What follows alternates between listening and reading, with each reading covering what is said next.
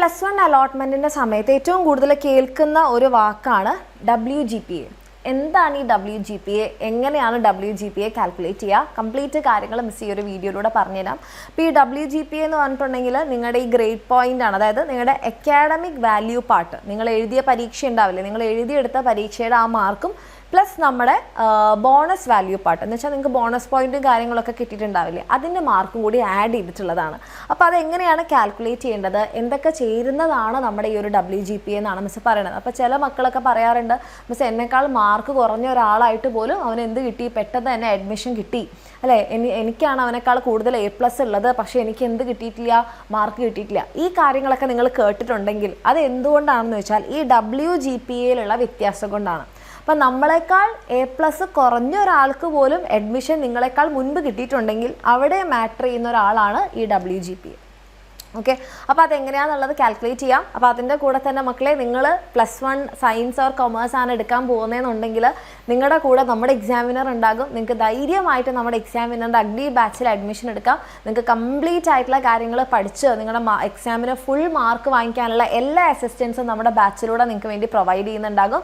Okay, അപ്പോൾ താല്പര്യമുള്ള മക്കളാണെന്നുണ്ടെങ്കിൽ നിങ്ങൾക്ക് താഴെ കാണുന്ന നമ്പറിൽ മെസ്സേജ് ചെയ്യാം, നമ്മുടെ അഗ്നി ബാച്ചിൽ അഡ്മിഷൻ എടുക്കാം. എന്ത് ഡീറ്റെയിൽസ്, നിങ്ങൾക്ക് ഫീസിൻ്റെ ഡീറ്റെയിൽസോ നമ്മുടെ ബാച്ചിനെ കുറിച്ച് അറിയാനൊക്കെ താല്പര്യം താഴെ കാണുന്ന നമ്പറിൽ കോൺടാക്ട് ചെയ്യാം. ഓക്കെ, അപ്പോൾ ആദ്യം തന്നെ എന്താണ് ഈ WGPA? Weighted grade point average ആണ്. ഓക്കെ, അപ്പോൾ ഇത് കാൽക്കുലേറ്റ് ചെയ്യണമെന്നുണ്ടെങ്കിൽ ഇതാണ് മിസ് പറഞ്ഞ academic value part plus bonus പോയിന്റിൻ്റെ വാല്യൂ പാർട്ടാണ്. അപ്പോൾ ഇത് നമ്മൾ നോക്കുകയാണെന്നുണ്ടെങ്കിൽ AVP ഇത് എങ്ങനെയാണ് കാൽക്കുലേറ്റ് ചെയ്യുക? കുറേ ഇക്വേഷൻസ് ആണല്ലേ. അപ്പോൾ നിങ്ങൾ വിചാരിക്കുന്നത് ഈ ഫിസിക്സും കെമിസ്ട്രി മാത്സ് എല്ലാം ഒന്ന് കഴിഞ്ഞ് വന്നിട്ടേ ഉള്ളൂ, അപ്പോൾ വീണ്ടും ഇക്വേഷൻസ് പേടിക്കേണ്ട ആവശ്യം, സിമ്പിളാക്കി തരാം. അപ്പോൾ ആദ്യം നമുക്ക് TGP എന്ന് പറഞ്ഞാൽ ടോട്ടൽ ഗ്രേഡ് പോയിന്റ് ആണ്. അപ്പോൾ എന്താണ് ഈ ഗ്രേഡ് പോയിന്റ്? നിങ്ങൾക്ക് എല്ലാവർക്കും നിങ്ങൾ പറയുന്നുണ്ടോ മിസ് ഞങ്ങൾക്ക് ഗ്രേഡാണ് കിട്ടിയിട്ടുള്ളത്, എന്താണ് നിങ്ങളുടെ ഗ്രേഡ്? നിങ്ങൾക്ക് ഇപ്പോൾ സപ്പോസ് ഫുൾ A+ ആണ് കിട്ടിയിട്ടുള്ളതെന്ന് കരുതാം. അപ്പോൾ A+ ആണെങ്കിൽ 9 നിങ്ങളുടെ ഗ്രേഡ് പോയിന്റ്, A ആണെന്നുണ്ടെങ്കിൽ 8 നിങ്ങളുടെ ഗ്രേഡ് പോയിന്റ്, B+ ആണെന്നുണ്ടെങ്കിൽ 7 നിങ്ങളുടെ ഗ്രേഡ് പോയിന്റ്, B ആണെന്നുണ്ടെങ്കിൽ 6 അങ്ങനെ നമുക്കൊരു ടേബിൾ ഉണ്ട്. ഓക്കെ, അപ്പോൾ അതാണ് നമ്മുടെ ഗ്രേഡ് പോയിന്റ്. അപ്പോൾ ഇതെങ്ങനെ കാൽക്കുലേറ്റ് ചെയ്യും? നിങ്ങൾക്ക് 9 A+ ആണല്ല 10 A+ ആണെന്ന് കരുതാം. നിങ്ങൾ ഫുൾ A+ കിട്ടിയ ആളാണെന്ന് കരുതാം. ഫുൾ A+, 10 A+ ആണെങ്കിൽ 10 × 9 90 നിങ്ങളുടെ ടോട്ടൽ ഗ്രേഡ് പോയിന്റ്. TGP കിട്ടിയില്ലേ? ഓക്കെ, ഇനി അടുത്തത്. അപ്പോൾ ഇതാ ഇവിടെ നമ്മൾ ടിക്ക് ഇടുകയാണേ. TGP നമ്മൾ കാൽക്കുലേറ്റ് ചെയ്ത് കഴിഞ്ഞു. റെഡി അല്ലേ? TGP നമ്മൾ കാൽക്കുലേറ്റ് ചെയ്തു. ഇനി എന്താണ് GSW?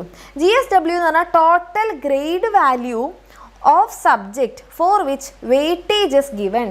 അപ്പോൾ എന്താണ് വീണ്ടും ഒരു വെയിറ്റേജ്? അതായത് ചില സബ്ജക്ട്സിന് നിങ്ങളിപ്പം ഏതാണോ അപ്ലൈ ചെയ്യുന്നത് അതിനനുസരിച്ച് വെയിറ്റേജ് ഉണ്ടാവും. ഓക്കെ, ഫോർ എക്സാമ്പിൾ നിങ്ങളിപ്പോൾ സയൻസ് ആണ് എന്താ പറയുക അഡ്മിഷന് വേണ്ടി കൊടുക്കുന്നതിന് കരുതാം, അല്ലെങ്കിൽ അപ്ലൈ ചെയ്യുന്നതിന് കരുതാം, സയൻസ് ആണ് എടുക്കാൻ ആഗ്രഹിക്കുന്നത്. അങ്ങനെയാണെന്നുണ്ടെങ്കിൽ ഫിസിക്സ്, കെമിസ്ട്രി, ബയോളജി, മാത്സ് സബ്ജക്ട്സിൽ നിങ്ങൾക്ക് ഗ്രേഡ് പോയിന്റ് ഉണ്ടാകും. ഓക്കെ, അതായത് ഇപ്പോൾ നിങ്ങൾക്ക് ഫിസിക്സിലും കെമിസ്ട്രിയിലും ഫിസിക്സ് ഇതാ GSW അതായത് ചില സബ്ജക്ട്സിന് നിങ്ങൾക്ക് സയൻസ് ആണ് എടുക്കാൻ ആഗ്രഹം, അങ്ങനെയാണെന്നുണ്ടെങ്കിൽ ഫിസിക്സ്, കെമിസ്ട്രി, ബയോളജി, മാത്സ് ഈ സബ്ജക്ട്സിൽ നിങ്ങൾക്ക് വെയിറ്റേജ് ഉണ്ടാവും. ഓക്കെ, അപ്പോൾ ഇപ്പോൾ ഫിസിക്സിൽ നിങ്ങൾക്ക് A+ ആണെന്ന് കരുതാം, അപ്പോൾ നിങ്ങൾക്ക് അവിടെ 9 മാർക്ക് കിട്ടി. കെമിസ്ട്രിയിൽ നിങ്ങൾക്ക് A+ ആണെന്ന് കരുതാം, നിങ്ങൾക്ക് 9 പോയിന്റ് കിട്ടി. ബയോളജിയിൽ നിങ്ങൾക്ക് A ആണെന്ന് കരുതാം, 8 പോയിന്റ് കിട്ടി. മാത്സിൽ നിങ്ങൾക്ക് B+ ആണെന്ന് കരുതാം, നിങ്ങൾക്ക് 7 പോയിന്റ് കിട്ടി. അങ്ങനെ ടോട്ടൽ ഈ പോയിന്റ്സ് എല്ലാം കൂടെ ആഡ് ചെയ്യും. ഓക്കെ, നേരെ മറിച്ച് ഇതാണ് നമ്മുടെ വ്യത്യാസം. അപ്പോൾ നിങ്ങൾക്ക് ഒരാൾക്ക് നിങ്ങൾ കരുതാം, നിങ്ങൾക്ക് ഈ സബ്ജക്ട്സിൽ ഇപ്പോൾ നിങ്ങളുടെ ഒരു ഫ്രണ്ട്, ഇപ്പോൾ നമ്മൾ പറയാറില്ലേ എന്നെക്കാൾ A+ കുറവായിട്ടും അവന് പെട്ടെന്ന് അഡ്മിഷൻ കിട്ടി എന്നുള്ളത്, ഇവിടെയാണ് ഒരു ഡിഫറൻസ് വരുന്നത്. അതായത് നിങ്ങളുടെ ഫ്രണ്ടിന് 5 A+ ആണ്, ബാക്കി 5 A ആണെന്ന് കരുതാം. ഓക്കെ, നിങ്ങൾക്ക് 6 A+ ഉണ്ട്, 4 A ആണെന്ന് കരുതാം. റെഡി? ഇനി ഈ 5 A+ ഉള്ളതിൽ ഈ ഫ്രണ്ടിന് കിട്ടിയിരിക്കുന്നത് ഫിസിക്സും കെമിസ്ട്രിക്കും മാത്സിനും ബയോയ്ക്കുമാണ് A+. നിങ്ങൾക്കാണെന്നുണ്ടെങ്കിൽ ആ സബ്ജക്റ്റിനെല്ലാം A ആണ്, ഫിസിക്സ്, കെമിസ്ട്രി, മാത്സ്, ബയോ, അതിന് നിങ്ങൾക്ക് A ആണ്. അപ്പോൾ നിങ്ങളുടെ ഗ്രേഡ് പോയിന്റ് ഇവിടെ എത്രയായി? 8. 4 × 8 ആണ് വരിക. 8 × 4 32. ഇവിടെ ഇയാൾക്ക് എന്താണ് A+ ആണ്, അപ്പോൾ 9 ആണ്. അപ്പോൾ 9 × 4 36. നിങ്ങളെക്കാൾ A+ കുറഞ്ഞിട്ട് പോലും എങ്ങനെയാണ് നിങ്ങളുടെ ഫ്രണ്ടിന് പെട്ടെന്ന് അഡ്മിഷൻ കിട്ടിയെന്ന് മനസ്സിലായില്ലേ? അതായത് ചില സബ്ജക്ട്സ് എടുക്കുമ്പോൾ, ഫോർ എക്സാമ്പിൾ ഇപ്പോൾ നിങ്ങൾ ഹ്യൂമാനിറ്റീസ് എടുക്കുകയാണെങ്കിൽ സോഷ്യൽ സയൻസിന് വെയിറ്റേജ് ഉണ്ടാകും.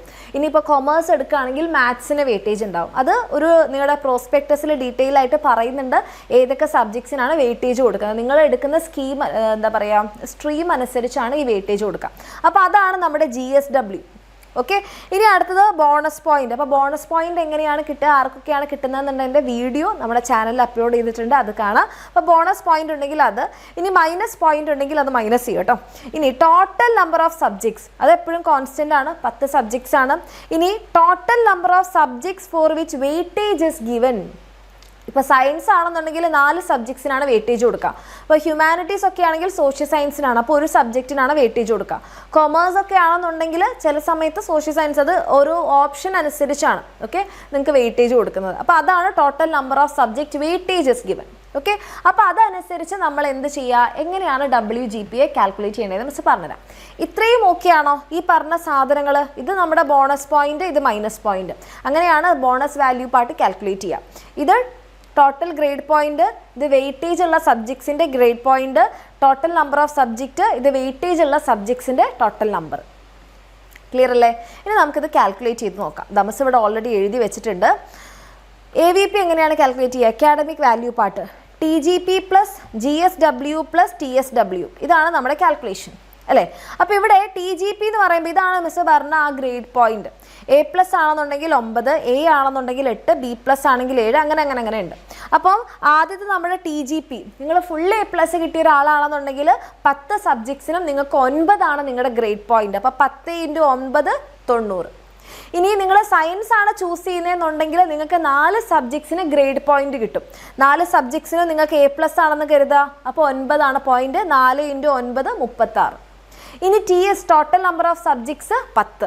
ഏതൊക്കെ സബ്ജക്ട്സിനാണ് നിങ്ങൾക്ക് വെയിറ്റേജ് കിട്ടിയത്? 4 സബ്ജക്ട്സ്. അപ്പോൾ അത് നമ്മളിവിടെ അങ്ങോട്ട് അപ്ലൈ ചെയ്യാം.